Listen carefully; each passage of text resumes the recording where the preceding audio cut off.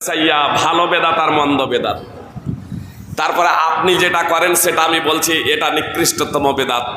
আমি যেটা করি শরীয়তে নেই, আমি বলছি এটা ভালো বেদাত। আবার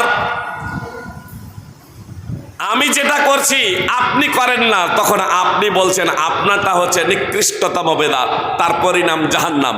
আর আপনি যেটা করছেন সেটা হচ্ছে ভালো বেদাত। মানে প্রত্যেকেই ভালো, শরীয়তে নেই, অথচ শরীয়ত মনে করে, ইবাদত মনে করে নেকির উদ্দেশ্যে আমরা যে যা করি, অথচ শরীয়তে তা নেই, সেটাকে প্রত্যেকেই নিজেরটাকে আমরা ভালো মনে করি, তাই না? অথচ আল্লাহ রাসূল সাল্লাল্লাহু আলাইহি সাল্লাম বললেন প্রত্যেকটা বিদআত ধর্মের বিষয়ে, প্রত্যেকটা নব আবিষ্কৃত বিষয় হলো গুমরাহি ও ভ্রষ্টতা। আপনার দৃষ্টিতে তা ভালো হোক আর মন্দ, প্রত্যেকটা বলে দিলেন রাসূল সাল্লাল্লাহু আলাইহি সাল্লাম। আর ইবনে উমর আরো স্পষ্ট করে দিলেন যে মানুষ যদি তাকে ভালো মনে করে তাহলেও সেটা বিদআত, তা যদি পবিত্র কোরআন এবং সুন্নাহ প্রণীত না হয়। আজকে আপনাদের যে কথাটা আসামে বলেছিলাম, যেহেতু আপন আপন যে যা করি প্রত্যেকেই সেটাকে ভালো বলি, তো ভালোর উদাহরণ দিতে হবে না, মন্দ বেদাত। মন্দ বেদাতের একটা উদাহরণ পেশ করেন তো। মন্দ বেদাত যে একটা মন্দ বেদাতের উদাহরণ চাচ্ছি। আমাদের এলাকাতে ফরজ নামাজের পরে প্রচলিত পদ্ধতিতে দোয়া করাকে কেন্দ্র করে আমরা কত এমাম তাড়াতাড়ি করলাম, তাই না? কি বলছে, হয়েছে না হয়নি?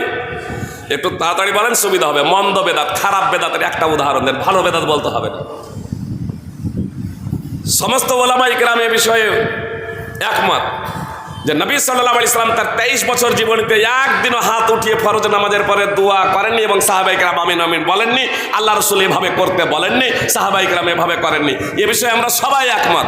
তারপরে বলছি কাজটা তো ভালো, মন্দ নয়, কাজটা তো ভালো। তো এজন্য আর ভালোর উদাহরণ দিতে হবে না, মন্দের উদাহরণ দেন।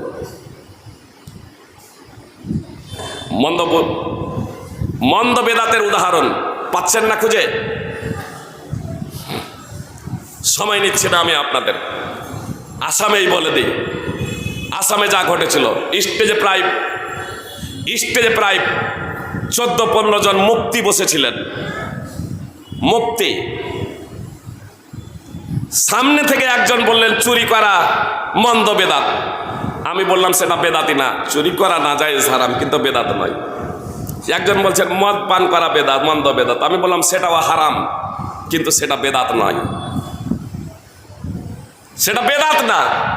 মানে কোরআন এবং সুন্নাতে নেই অথচ নেকি মনে করে করা, এটাকে বেদাত বলে। নবী সাল্লাল্লাহু আলাইহি সাল্লাম বললেন এটা হলো গুমরাহি, এটা হলো ভ্রষ্টতা। আপনি বলছেন খারাপ কাজ তো করছি না, নবী সাল্লাল্লাহু আলাইহি সাল্লাম বলছেন এটাই খারাপ কাজ। নেকি মনে করে করা, ধর্ম কমপ্লিট, কোরআন এবং সুন্নাহ কমপ্লিট। অতএব নেকি মনে করে কোনো কাজ করা যা কোরআন এবং সুন্নাহ দ্বারা প্রণীত নয়, তাই হলো বেদাত। আর আপনি বলছেন এটা নেকি। সুপ্রিয় ভাই এবং বোন, এজন্য আমি বললাম, যখন সংজ্ঞাটা যখন দিলাম যে কোরআন এবং সুন্নাহতে নেই অথচ নেকি মনে করে যে জিনিসটাকে করা, যে জিনিসটা করা হয় সেটাকে বেদাত বলে। অতএব মাইক্রোফোনে বক্তব্য দিচ্ছি, এটা বেদাত না। বিরিয়ানি খাচ্ছি, এটা বেদাত না, এটা প্রয়োজন। বুঝতে পেরেছেন? এটা নেকি না। মাইক্রোফোনে বক্তব্য দিলে বেশি নেকি পাওয়া যাবে এমনটি না। এরোপ্লেনে আপনার বিমানে চাপছি, ট্রেনে চাপছি, এটা নেকি না, এটা প্রয়োজন, এটা বৈষয়িক বিষয়। এটা না করার জন্য দলিল চাই, আর ইবাদত করার জন্য দলিল চাই।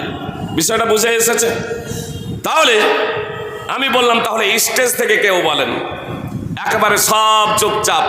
আমি চলে যাওয়ার পরে যখন মাদ্রাসার ছাত্ররা জিজ্ঞেস করেছেন মুফতিদের, ফাইজি সাহেব যা বললেন আপনারা কেউ কোনো কথা বললেন না কেন, অথচ আমাদেরকে পড়াচ্ছেন বেদাত হলো 2 প্রকার, বেদাতে হাসানা, বেদাতে সাইয়্যা, ভালো বেদাত আর মন্দ বেদাত। এতদিন থেকে পড়িয়ে এলেন ভালো বেদাত আর মন্দ বেদাত। মন্দ বেদাত করা যাবে না, ভালো বেদাত করা যাবে। জিয়াকে কেন্দ্র করে আমাদের সমাজে হাজারো কুসংস্কার, হাজারো বেদাত তৈরি হয়েছে। সুপ্রিয় ভাই এবং বোন, তো বললেন ছাত্ররা যে ফাইজি সাহেব যা বললেন আর আপনাদেরকে বলতে বললেন, তো কেউ যে বললেন না। তো বলছেন বলা খুব সহজ, করা খুব কঠিন। বলে ফাইজি সাহেবকে রাত্রে কি খেতে দিয়েছিলে তোমরা? বলছে বিরিয়ানি। বলছে খেয়েছিলেন? বলছে খেয়েছিলেন। বলছে নবী সাল্লাল্লাহু আলাইহি সাল্লাম কি কখনো বিরিয়ানি খেয়েছিলেন?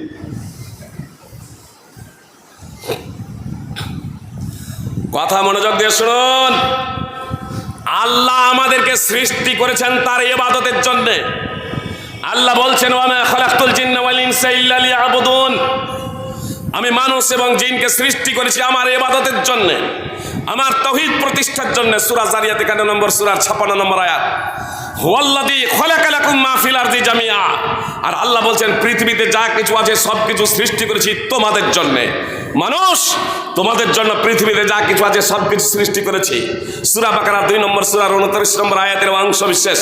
সুপ্রিয় ভাই এবং বোন, পৃথিবীতে যা কিছু আছে সব কিছু আল্লাহ আমাদের জন্য তৈরি করেছেন। এখন কোনো জিনিসকে যদি হারাম বলতে হয় তাহলে তার জন্য দলিল চাই, হালাল বলার জন্য না, বৈধ বলার জন্য না, অবৈধ বলার জন্য। কিন্তু ইবাদতের জন্য আল্লাহ তাআলা যেহেতু আমাদেরকে সৃষ্টি করেছেন, তার জন্য আমাদের জন্য আল্লাহ বিধানও দিয়ে দিয়েছেন। এর জন্য নবী রাসূল নির্বাচন করেছেন, ওহী অবতীর্ণ করেছেন। সুপ্রিয় ভাই এবং বোন, কোরআন এবং সুন্নাহ এই দুটোই হলো ওহী, আর এই কোরআন এবং সুন্নাহর মাঝে আপনার ইবাদত কিভাবে করতে হবে এটা আমাদেরকে শিখিয়ে দিয়েছে মুহাম্মদ সাল্লাল্লাহু আলাইহি সাল্লাম। অতএব এখানে কোনো প্রকারের আপনার সংযুক্তকরণ চলবে না। কিন্তু দুনিয়ার কোনো বিষয়, বৈষয়িক কোনো বিষয়কে আমি আপনি কথাই কথাই হারাম বলতে পারি না যতক্ষণ না সেই বিষয়ে দলিল উপস্থিত হবে, পবিত্র কোরআন থেকে দলিল থাকবে, ততক্ষণ পর্যন্ত আমরা কোনো বিষয়কে নিজের পক্ষ থেকে হারাম বলতে পারি না। ফল কথা, বৈষয়িক বিষয়ে না করার জন্য দলিল চাই, দুনিয়াবি বিষয়ে পার্থিব বিষয়ে কোনো কাজ না করার জন্য দলিল চাই, আর ইবাদতের ক্ষেত্রে করার জন্য দলিল চাই। ইবাদতের ক্ষেত্রে করার জন্য দলিল চাই। আপনি একটা ইবাদত, কোনো কাজ করছেন ইবাদত মনে করে, আর সেটা কোরআন সুন্নাহ দ্বারা প্রণীত নয়, তার পশ্চাতে কোরআন সুন্নাহর কোনো দলিল নেই, তো দলিল না থাকাটাই হলো আপনার জন্য সেই কাজটা করার জঘন্যতম বিধান। অতএব আমাদেরকে বিভ্রান্তির দিকে বেরিয়ে আসতে হবে। সুপ্রিয় ভাই এবং বোন, এক শ্রেণীর মানুষ মনে করে আত্মসমর্পণ করেছি, আশহাদু আল্লা ইলাহা ইল্লাল্লাহ ওয়া আশহাদু আন্না মুহাম্মাদান আবদুহু ওয়া রাসূলুহু। আজকে তো এই কালেমা শাহাদাতের প্রথম পাঠটাকে, প্রথম অংশটাকে ভিক্ষা চাহার মন্ত্র হিসেবেই অনেকেই ব্যবহার করছে। বুঝতে পারলাম না, এই কালেমা শাহাদাত লা ইলাহা ইল্লাল্লাহ ভিক্ষা চাইছে, আল্লাহু আকবার সুবহানাল্লাহ ভিক্ষা চাইছে, যেন এগুলো তাসবিহ জিকির আজকার লা ইলাহা ইল্লাল্লাহ এগুলো যেন ভিক্ষা চাহার মন্ত্র। আল্লাহ হেফাজত করুক ভিখারীদের, আল্লাহ তাদের হেদায়েত দান করুক। সুপ্রিয় ভাই এবং বোন, লা ইলাহা ইল্লাল্লাহ এটা ভিক্ষা চাহার মন্ত্র। সারাদিন সারা রাত জিকির করে না করে আল্লাহু আলাম, যখন লোক দেখে তখনই লা ইলাহা ইল্লাল্লাহ, হাত যখন পাতে তখন লা ইলাহা ইল্লাল্লাহ। এর জন্য লা ইলাহা ইল্লাল্লাহ আসে নাই। সুপ্রিয় ভাই এবং বোন, আফজালুজ যিকরি লা ইলাহা ইল্লাল্লাহ, যত জিকির আছে শ্রেষ্ঠতম জিকির হলো লা ইলাহা ইল্লাল্লাহ। আর সেই লা ইলাহা ইল্লাল্লাহ এটা হচ্ছে একটা বিপ্লবী বাক্য। সুপ্রিয় ভাই এবং বোন, এই লা ইলাহা ইল্লাল্লাহটা কি? আপনি লা ইলাহা ইল্লাল্লাহও পড়বেন, মূর্তি পূজাও করবেন, লা ইলাহা ইল্লাল্লাহও পড়বেন, মুহাম্মদ সাল্লাল্লাহু আলাইহি সাল্লামের কাছে প্রার্থনাও করবেন, লা ইলাহা ইল্লাল্লাহও বলবেন, আপনি ওয়ালি আউলিয়ার কাছে প্রার্থনাও করবেন, বিপদ আপদ থেকে উদ্ধারের জন্য তাদের কাছে প্রার্থনা করবেন, দোয়া করবেন। আর আপনি লা ইলাহা ইল্লাল্লাহও পড়বেন, আপনার মন্দিরে গিয়ে মাথাও ঠুকবেন, লা ইলাহা ইল্লাল্লাহও বলবেন, সকল ধর্ম যার যার উৎসব সবার আপনি এ কথাও বলবেন, আপনি লা ইলাহা ইল্লাল্লাহও বলবেন। আর তারপরে বলবেন যে পৃথিবীতে যত ধর্ম আছে সব ধর্ম সঠিক, আসলে আপনার মতো নিরেট মূর্খ জগতে আর কেউ নেই। লা ইলাহা ইল্লাল্লাহ এর জন্য আসেনি। লা ইলাহা ইল্লাল্লাহর তাৎপর্য তো হলো যে আল্লাহ ছাড়া সত্য কোনো উপাস্য নেই, আল্লাহ ছাড়া সত্য কোনো উপাস্য নেই। তো খ্রিস্টানেরা ঈসা আলাইহিস সালামের উপাসনা করে, তৃতীয়বাদে তারা বিশ্বাসী, ঈসা আলাইহিস সালামের মূর্তি তারা বানিয়েছে। জি, তো সেই ধর্ম সঠিক হয় কি করে? ইহুদিরা উযাইরকে আল্লাহ তাআলার বেটা পুত্র বলে বিশ্বাস করে, খ্রিস্টানরা ঈসা আলাইহিস সালামকে আল্লাহর পুত্র বলে সাব্যস্ত করে। সুপ্রিয় ভাই এবং বোন, এবং মুশরিকরা তারা আপনার মূর্তি পূজা করে। আপনার অনেক মুসলমান কালিমায় শাহাদাত পড়েছে, তারপরে মুহাম্মদ সাল্লাল্লাহু আলাইহি সাল্লামের কবরের পাশে গিয়ে ওখানে তার চিৎকার করে বলতে পারে না, মানে দাঁড়াতেই দেয় না, বলার সুযোগ নেই। এজন্য আপনার কাবাতেও যখন চক্কর দেয়, কাবার যখন মসজিদে হারামের যখন তাওয়াফ করে, আপনি দেখবেন তাদের মুখ থেকে বের হয়ে আসে ইয়া শেখ আব্দুল কাদের জিলানী, ইয়া হাসান, ইয়া হুসাইন, বলে তারা সম্বোধন করে। মাদাদ, আপনি আমাদের সাহায্য সহায়তা করুন। যে মক্কার মুশরিক থেকে এরা এক কদম আগে, মক্কার মুশরিকরা ও মুশরিক থেকে এরা এক কদম আগে। লা ইলাহা ইল্লাল্লাহ তো মুখে বলে, কিন্তু লা ইলাহা ইল্লাল্লাহ কি এটা তারা বুঝে না। সুপ্রিয় ভাই এবং বোন, লা ইলাহা ইল্লাল্লাহর তাৎপর্য হলো আল্লাহ ছাড়া সত্য কোনো উপাস্য নেই। তাহলে যারা আল্লাহকে বাদ দিয়ে অন্যান্য উপাস্যের উপাসনা করছে, আপনি লা ইলাহা ইল্লাল্লাহর মাধ্যমে সেটাকে প্রত্যাখ্যান করছেন, আর তারপরে বলছেন সব ধর্ম সঠিক। তাহলে লা ইলাহা ইল্লাল্লাহকে আপনি না বুঝে লা ইলাহা ইল্লাল্লাহ পাঠ করেছেন। জি, লা ইলাহা ইল্লাল্লাহ না বুঝেই পাঠ করেছেন। সুপ্রিয় ভাই এবং বোন, এজন্য আপনাকে লা ইলাহা ইল্লাল্লাহ কালিমায়ে শাহাদাত যখন আপনি পড়েছেন, লা আশহাদু আল্লা ইলাহা ইল্লাল্লাহ ওয়া আশহাদু আন্না মুহাম্মাদান আবদুহু ওয়া রাসূলুহু, এর তাৎপর্য হলো যে আমি সাক্ষ্য দিচ্ছি আল্লাহ ছাড়া সত্য কোনো উপাস্য নেই, এবং আমি সাক্ষ্য দিচ্ছি মুহাম্মদ সাল্লাল্লাহু আলাইহি সাল্লাম আল্লাহ তাআলার বান্দা এবং তার রাসূল। মানে পদ্ধতি হবে মুহাম্মদ সাল্লাল্লাহু আলাইহি সাল্লামের পদ্ধতি। এখানে আনোয়ার ফাইজির হবে না, পদ্ধতি এখানে আব্দুল্লাহ সালাফির হবে না, পদ্ধতি এখানে কোনো ইমামের হবে না, পদ্ধতি এখানে কোনো মুফতির হবে না, পদ্ধতি এখানে কোনো মাযহাবের হবে না। সুপ্রিয় ভাই এবং বোন, পদ্ধতি হবে মুহাম্মদ সাল্লাল্লাহু আলাইহি সাল্লাম যে পদ্ধতির উপরে চলেছিলেন সাহাবায়ে কিরাম রাদিয়াল্লাহু তাআলা আনহুম। এজন্য আল্লাহ তাআলা মুহাম্মদ সাল্লাল্লাহু আলাইহি সাল্লামের সাথে সাথে সাহাবাদের কথাও উল্লেখ করছেন। ومن يشاقق الرسول من بعد ما تبين له الهدى ويتبع غير سبيل المؤمنين نوليه ما تولى ونصليه جهنم وساءت مصيرا। সূরা নিসা 4 নম্বর সূরার 115 নম্বর আয়াত আল্লাহ তাআলা স্পষ্টভাবে বলছেন, সুস্পষ্ট হেদায়েতের পরে যে কেউ রাসূল সাল্লাল্লাহু আলাইহি সাল্লামের বিরুদ্ধাচরণ করবে এবং মুমিনদের পথকে ছেড়ে দিয়ে অন্য পথে ধাবমান হবে, আল্লাহ বলছেন আমি তাকে সেদিকেই যেতে দেব এবং তাকে জাহান্নামে নিক্ষেপ করবো। এটা কতই না নিকৃষ্ট স্থান। সূরা নিসার 115 নম্বর আয়াত। সুপ্রিয় ভাই এবং বোন, আল্লাহ এখানে মুহাম্মদ সাল্লাল্লাহু আলাইহি সাল্লামের বিরুদ্ধাচরণের সাথে সাথে সাহাবাদের পথের বিরুদ্ধাচরণের কথা বলেছেন, সাহাবাদের পথের বিরুদ্ধাচরণের কথা বলেছেন। আজকে অনেকেই বলে সাহাবা থেকে কি আমরা কম বুঝি? কেউ ডাইরেক্ট তাদের কাফের বলে। জি, আপনার ইরানের যে শিয়া, এদের সিংহভাগ আপনার সাহাবায়ে কিরাম রাদিয়াল্লাহু তাআলা আনহুমকে 3-4 জন সাহাবী বাদ দিয়ে সবগুলোকে কাফের বলে। আবু বকর উমর রাদিয়াল্লাহু তাআলা আনহুম মাকে ও কাফের তারা বলে আখ্যায়িত করে। তাদের বইপত্রই আপনারা অধ্যয়ন করবেন। জি, আল হুকুমাতুল ইসলামিয়া আয়াতুল্লাহ খোমেনির ইরানের শিয়া বিখ্যাত বই, তার আল হুকুমাতুল ইসলামিয়া অধ্যয়ন করবেন। 3য় সংস্করণ 52 পৃষ্ঠা।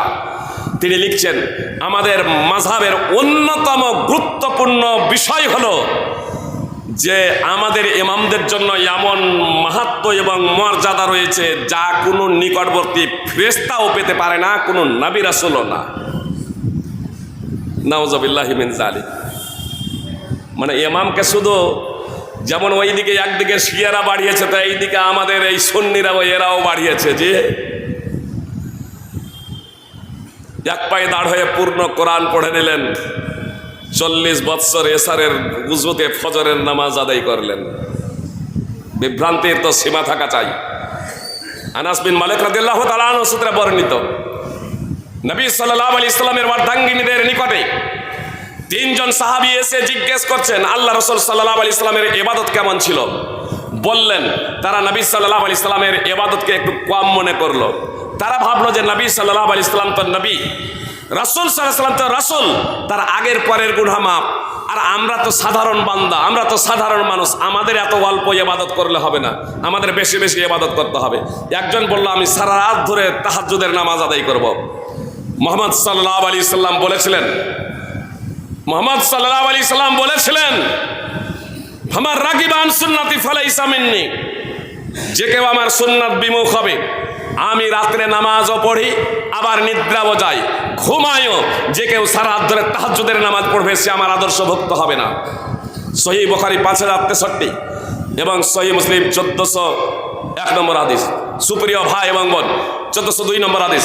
তাহলে এত দ্বারা স্পষ্ট হয়ে গেল যে আমরা ভক্তরা আলাদা আলাদা দল তো তৈরি করলাম, আর তাকে এমনভাবে জনগণ সমাজের মানুষের কাছে তুলে ধরলাম যাতে জনগণ আল্লাহর নবী সাল্লাল্লাহু আলাইহি সাল্লামের মাসলাক, মানহাজ এবং সাহাবায়ে কিরাম রাদিয়াল্লাহু তাআলা আনহুমদের মানহাজকে ছেড়ে দিয়ে যার কাছে যা আছে সেটুকু নিয়েই সন্তুষ্ট থাকে। ইদানিংকালে শুধু তারা নয়, আমাদের মধ্যেও কিছু কিছু ব্যক্তি বলতে শুরু করেছে, আরে মুসলিমরা একদিন বলে এলো, আহলে হাদিসরা বলে এলো, অনেকেই বলে এলো, মানে হানাফিও বলে, শাফিও বলে, মালিকিও বলে, হাম্বলিও বলে, শুধু আহলে হাদিসরা বলে না। নবী সাল্লাল্লাহু আলাইহি সাল্লামের বিখ্যাত উক্তি, বনী ইসরাইল 72 ভাগে বিভক্ত হয়েছিল, আহলি কিতাবরা 72 ভাগে বিভক্ত হয়েছিল, আমার উম্মত 73 দলে বিভক্ত হবে, 72টা দল যাবে জাহান্নামে, মাত্র একটা দল যাবে জান্নাতে। ফেসবুকে যারা নজর দিয়েছেন, নজর রেখেছেন, দৃষ্টি রেখেছেন, ইদানিংয়ে কেউ কেউ আমাদের মাঝেই বলতে শুরু করেছে, এই আব্দুল্লাহ বিন আমর বিন আস রাদিয়াল্লাহু তাআলা আনহু সূত্রে বর্ণিত হাদিস, নবী সাল্লাল্লাহু আলাইহি সাল্লাম যে বলেছেন বনী ইসরাইল 72 দলে বিভক্ত হবে আর আমার উম্মত 73 দলে বিভক্ত হবে, 72 দল যাবে জাহান্নামে, একটা দল যাবে জান্নাতে। যখন জিজ্ঞেস করা হলো কোন দলটা যাবে জান্নাতে, তখন রাসূল সাল্লাল্লাহু আলাইহি সাল্লাম বললেন, মা আনা আলাইহি ওয়া সাহাবী, আমি এবং আমার সাহাবায়ে কেরামদের যে আদর্শ, আমার এবং আমার সাহাবায়ে কেরামদের যে আকীদা বিশ্বাস, এই আকীদা এবং বিশ্বাস যাদের হবে এই দলটাই যাবে জান্নাতে। বলছে হাদিসের সনদ জয়ীফ, প্রমাণিত না। মানে যে যা করছো করো, সবাই জান্নাতে, যে যা করছো করো, সবাই জান্নাতে। সুপ্রিয় ভাই এবং বোন, কথা খুব মনোযোগ দিয়ে শুনুন। যে হাদিসটি পেশ করলাম সুনানে তিরমিজি থেকে তারা পেশ করে থাকেন, এই হাদিসটি, এটি সুনানে তিরমিজির হাদিস নম্বর 2641 নম্বর হাদিস। ওর মধ্যে ওই হাদিসের সনদে একজন বর্ণনাকারী আছে, আব্দুর রহমান বিন জিয়াদ আল ইফরিকি। নিঃসন্দেহে সে জয়ীফ বর্ণনাকারী, এজন্য তার সনদটা জয়ীফ। কিন্তু এ হাদিসটা শুধু সেই সূত্রেই বর্ণিত আছে এমন নয়। মুহাম্মদ সাল্লাল্লাহু আলাইহি সাল্লামের উম্মত 73 দলে বিভক্ত হবে, 72 দলই যাবে জাহান্নামে, মাত্র একটা দল যাবে জান্নাতে। শুধু ওই আব্দুল্লাহ বিন আমর বিন আস রাদিয়াল্লাহু তাআলা আনহু সূত্রেই বর্ণিত আছে এমনটি নয়, বরং অন্যান্য সূত্র হাদিস বর্ণিত আছে, এবং সেই সূত্রগুলো আপনার বিশুদ্ধ সূত্র। সুপ্রিয় ভাই এবং বোন, সেই বিষয়ে তখন তারা কোনো কথাই বলে নাই। আপনার সুনানে ইবনে মাজাহ, হাদিস নম্বর 3952, 3992 ও 93। সুনানে ইবনে মাজাহ আব বিন মালিক এবং আনাস বিন মালিক রাদিয়াল্লাহু তাআলা আনহুমা সূত্রে বর্ণিত হাদিস। হাফেজ জুবাইর সহ আল্লামা নাসিরউদ্দিন আলবানী এবং ইমাম বুসাইরি সহ মুহাদ্দিসিনে কেরাম হানাফি, শাফিঈ, মালিকি, হাম্বলি, তারা সকলে এই হাদিসকে বিশুদ্ধ বলে আখ্যায়িত করেছেন। মুআবিয়া বিন আবি সুফিয়ান, সুনানে আবি দাউদ হাদিস নম্বর 4597, এই হাদিসকে হাফেজ জুবাইর, আল্লামা নাসিরউদ্দিন আলবানী, শোয়েব আরনাউত, হাদিসের ভাষ্যকার, মুহাদ্দিসিনে কেরাম হানাফি, শাফিঈ, মালিকি, হাম্বলি, তারা সহিহ বলে বিশুদ্ধ বলে আখ্যায়িত করেছেন, হাসান সনদ বলে আখ্যায়িত করেছেন। সুপ্রিয় ভাই এবং বোন, মুসনাদ আহমদ হাদিস নম্বর 16937, মুসনাদ আহমদের মুহাক্কিক শোয়েব আরনাউত, তিনিও একে সঠিক বলে উল্লেখ করেছেন। মুহাম্মদ সাল্লাল্লাহু আলাইহি সাল্লাম বলেছেন যে বনী ইসরাইল 72 দলে বিভক্ত হয়েছিল, আর আমার উম্মত, আল্লাহ রাসূল সাল্লাল্লাহু আলাইহি সাল্লাম আল্লাহর কসম করে বলেছেন, আমার উম্মত তথা উম্মতে মুসলিমা, এই উম্মত, আমার উম্মতেরা 73 দলে বিভক্ত হবে, 72 দল যাবে জাহান্নামে, মাত্র একটা দল যাবে জান্নাতে। নবী সাল্লাল্লাহু আলাইহি সাল্লামকে জিজ্ঞেস করা হলো সেই দলটাকে। নবী সাল্লাল্লাহু আলাইহি সাল্লাম বললেন, ওয়াহিয়াল জামাত, সেটা হলো জামাত, সেটা হলো জামাত। যে এ জামাত বলতে জামাতে ইসলামী আর অমুক জামাত আর তুমুক জামাত, এ জামাত না। কথা খুব মনোযোগ দিয়ে শুনুন। রাসূল সাল্লাল্লাহু আলাইহি সাল্লাম বললেন, ওয়াহিয়াল জামা। জামাত বলতে তাহলে কি বুঝাই? জামাত কাকে বলে? আব্দুল্লাহ বিন মাসউদ রাদিয়াল্লাহু তাআলা আনহু ইয়াকুদা, আব্দুল্লাহ ইবনে মাসউদ রাদিয়াল্লাহু তাআলা আনহু ইয়াকুদা হাদিস বর্ণনা করলেন, এমন নেতৃবৃন্দ আসবে যখন নামাজকে তার ওয়াক্ত থেকে, তার সময় থেকে বিলম্ব করে আদায় করবে। তো শ্রোতাদেরকে বলছেন যে তখন তোমরা সঠিক সময়ে নামাজটা আদায় করে নেবে, আবার তাদের সাথেও নামাজ আদায় করে নেবে, সেটা নফল হয়ে যাবে। এর আগে হাদিস বর্ণনা করেছিলেন আব্দুল্লাহ ইবনে মাসউদ রাদিয়াল্লাহু তাআলা আনহু ওই শ্রোতাদের সামনে, যে নামাজকে গুরুত্ব দেবে, প্রথম ওয়াক্তে সঠিক সময়ে নামাজ আদায় করে নেবে। আব্দুল্লাহ ইবনে মাসউদ রাদিয়াল্লাহু তাআলা আনহু বলছেন একবার সঠিক সময়ে নামাজ আদায় করে নেবে, একবার বলছে ওই নেতৃবৃন্দ এমনও আসবে যে শরীয়ত বিরোধী কাজ করবে এবং নামাজকে তার ওয়াক্ত থেকে বিলম্ব করে আদায় করবে, আবার তার সাথেও আদায় করতে বলছে বিচ্ছিন্ন হয়ে।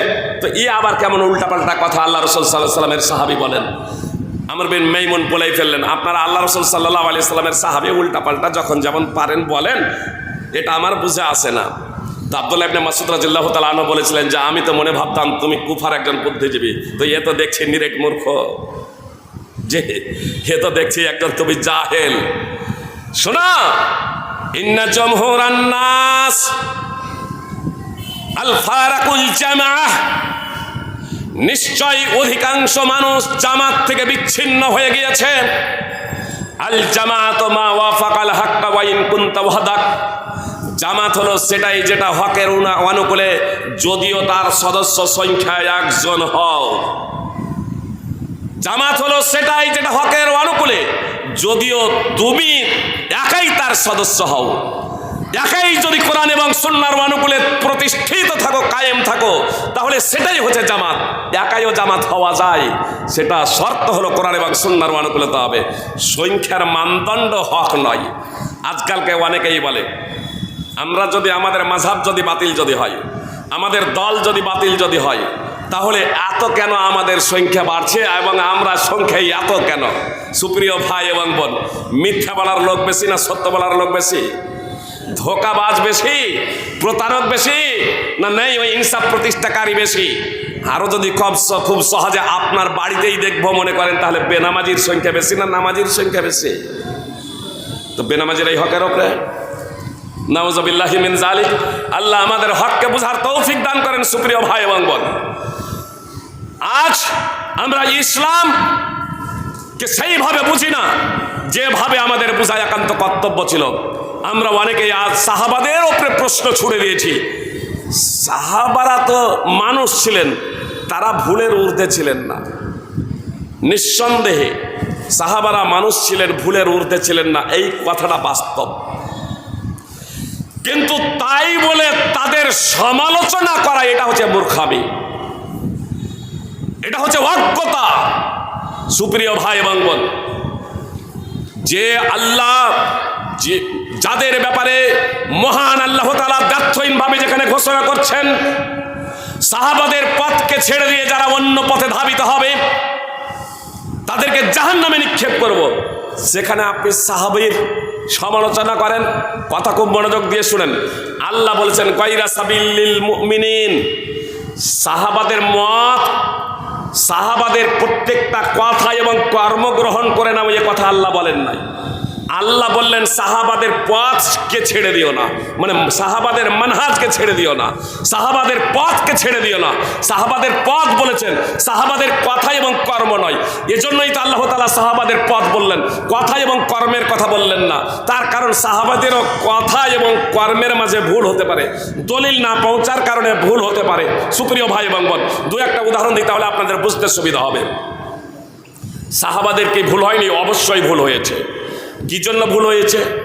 দলিল না পৌঁছার কারণে ভুল হয়েছে। দু একটি উদাহরণ আপনাদের সামনে দিই। কিছু মদিনাবাসী, মদিনার কিছু লোক ইবনে আব্বাস রাদিয়াল্লাহু তাআলা আনহুর কাছে ফতোয়া জিজ্ঞেস করলো যে তওয়াফে জিয়ারার পরে যদি কোনো মহিলা ঋতুবতী হয়ে যায়, তাহলে সেই মহিলা তাওয়াফ ছাড়াই, বিদায়ী তাওয়াফ ছাড়াই মক্কা ত্যাগ করতে পারবে কি পারবে না? সুপ্রিয় ভাই এবং বোন, বিদায়ী তাওয়াফ এটা সাধারণভাবে ওয়াজিব। যারা হজ করেন, হজ যারা করেন, আপনার সর্বশেষের কাজ হলো বিদায়ী তাওয়াফ। তো ইবনে আব্বাসের কাছে ফতোয়া জিজ্ঞেস করছে কয়েকজন মদিনাবাসী, যে কোনো মহিলার ঋতুবতী হয়ে গেছে, কোনো মহিলার মাসিক চলে এসেছে বিদায়ী তাওয়াফ করার আগেই, কিন্তু তাওয়াফে ইফাজা করে নিয়েছে, তো সে কি করবে? ইবনে আব্বাস রাদিয়াল্লাহু তাআলা আনহু বললেন যে সে যেতে পারে, তার জন্য বিদায়ী তাওয়াফ অপরিহার্য নয়। তখন ওই মদিনার কয়েকজন ব্যক্তি তারা বলছে লা নাখুযু বিকাউলিক, ওয়ালা নাদাউ কাউলা যায়েদ, আমরা আপনার কথা গ্রহণ করব না, আমরা আপনার ফতোয়া মানব না, আমরা আপনার ফতোয়া মানব না। কথা একটু মনোযোগ দিয়ে শুনবেন। বলছেন আমরা আপনার ফতোয়া মানব না, আপনার কথা গ্রহণ করব না, আর যায়েদ বিন সাবেতের কথা ছেড়ে দিতে পারবো না। যায়েদ বিন সাবেত বলছেন যে না, সে ততক্ষণ পর্যন্ত মক্কা ত্যাগ করবে না যতক্ষণ পর্যন্ত না বিদায়ী তওয়াফ করবে। অর্থাৎ মাসিক চলে এসেছে, সে ঋতুবতী হয়ে গেছে, ঋতু থেকে পবিত্র হবে, মাসিক থেকে পবিত্র হবে, দিয়ে বিদায়ী তওয়াফ করবে, তারপর মক্কা ত্যাগ করবে। তো যায়েদ বিন সাবেত এই ফতোয়া দিচ্ছেন আর আপনি তার উল্টো ফতোয়া দিচ্ছেন, অতএব আপনার ফতোয়া মানব না। সাহাবীদের মধ্যে দুরকম কথা হলো না? হলো না? কথা দুই হয়ে গেছে, কথা দুই হয়ে গেছে। আল্লাহ বললেন না সাহাবীদের কথা নিয়ে নাও, তাদের মানহাজের কথা বললেন, তাদের পথের কথা বললেন। কথা একটু মনোযোগ দিয়ে শুনুন, আপনি সমস্যা সমাধান পেয়ে যাবেন। আজকে আলেমদের মাঝে বিভিন্ন কথা, পরস্পর বিরোধী কথা আপনারা দেখছেন, তো কার কথা আপনি গ্রহণ করবেন সুপ্রিয় ভাই এবং বোন? বিভিন্ন মুক্তির ভিন্ন কথা আপনারা দেখছেন, নানা আলেমের পরস্পর বিরোধী কথা দেখছেন, কার কথা গ্রহণ করবেন সুপ্রিয় ভাই এবং বোন? আমার মাযহাবী ভাইরা এখান থেকেই আর আগে বাড়েন না। তারা বলেন দেখেন সাহাবাদের যুগে তাকলিদ আরম্ভ হয়ে গেছিল, মানে এক একজনকে তারা ইমাম বানিয়ে নিয়েছিলেন। মদিনাবাসী যায়েদ বিন সাবেতকে ইমাম বানিয়ে নিলেন, ইবনে আব্বাসের ফতোয়াকে প্রত্যাখ্যান করে দিয়েছিলেন। অতএব আমরা আবু হানিফার কথাকে গ্রহণ করে নিলাম, বাকি তিনটা ইমামের কথাকে বিসর্জন দিলাম। আবু হানিফার কথা কোরআন সুন্নাহর অনুকূলে হোক অথবা প্রতিকূলে হোক, এটা হলো গুমরাহি, এটা হলো কুসংস্কার। সুপ্রিয় ভাই এবং বোন, কথা খুব মনোযোগ দিয়ে শুনুন। ইবনে আব্বাস রাদিয়াল্লাহু তাআলা আনহু বললেন ওই লোকগুলোকে, তোমরা মদিনায় গিয়ে উমুক আনসারীকে জিজ্ঞেস করে দেবে। তারা মদিনায় গিয়ে উমুক আনসারীকে জিজ্ঞেস করেছিল, উম্মে সুলাইম রাদিয়াল্লাহু তাআলা আনহাকে জিজ্ঞেস করেছিল। তখন উম্মে সুলাইম রাদিয়াল্লাহু তাআলা আনহা বললেন যে হ্যাঁ, সাফিয়া রাদিয়াল্লাহু তাআলা আনহা তাওয়াফে জিয়ারার পরে ঋতুবতী হয়ে গিয়েছিলেন। সাফিয়া উম্মুল মুমিনিন তাওয়াফে জিয়ারার পরে ঋতুবতী হয়ে গিয়েছিলেন। নবী সাল্লাল্লাহু আলাইহি সাল্লাম তাকে বিদায়ী তাওয়াফ করতে বাধ্য করেননি, বললেন যে বিদায়ী তাওয়াফ তোমার জন্য জরুরি নয়, চলো এখন। ইবনে আব্বাসের ফতোয়া হাদিসের সাথে মিলে গেল। শুধু ওই লোকগুলো না, যায়েদ বিন সাবেত যিনি ফতোয়া দিতেন, যায়েদ বিন সাবেত যিনি ফতোয়া দিচ্ছিলেন যে বিদায়ী তাওয়াফ না করে কোনো মহিলা মক্কা ত্যাগ করতে পারবে না, ঋতু হয়ে গেছে, ঋতু থেকে পবিত্র হবে, মক্কাতেই অবস্থান করবে, ঋতু থেকে পবিত্র হয়ে বিদায়ী তাওয়াফ করে যাবে। এই যায়েদ বিন সাবেত ইবনে আব্বাসের কাছে এলেন, দিয়ে বলছেন যে আপনি নাকি এই ফতোয়া দিচ্ছেন। দেখুন, রাগ এবং হিংসা বিদ্বেষ নেই, মানহাজ তাদের পথ কি ছিল? একমাত্র আল্লাহর সন্তুষ্টির জন্য।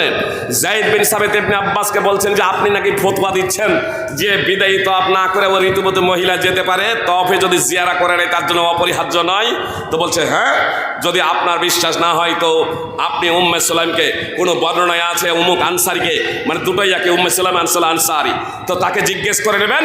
যায়েদ বিন সাবেত তার কাছে গেলেন, আর তাকে জিজ্ঞেস করার পরে হাসতে হাসতে আব্দুল্লাহ ইবনে আব্বাসের কাছে আসছেন, আর তারপরে বলছেন মা আরাকা ইল্লা কাদ সাদাক্তা, আপনি সঠিক কথাই বলেছেন, আপনার ফতোয়াই সঠিক। স্বয়ং যায়েদ বিন সাবেত তার ফতোয়াকে প্রত্যাহার করে নিলেন। যায়েদ বিন সাবেত ফতোয়াকে প্রত্যাহার করে নিলেন। সুপ্রিয় ভাই এবং বোন, সহিহ মুসলিম হাদিস নম্বর 2813, সহিহ মুসলিম হাদিস নম্বর 1328 এবং মুসনাদ আহমদ হাদিস নম্বর 1990। আব্দুল্লাহ ইবনে আব্বাস তিনিও ফতোয়াকে প্রত্যাহার করে নিয়েছেন।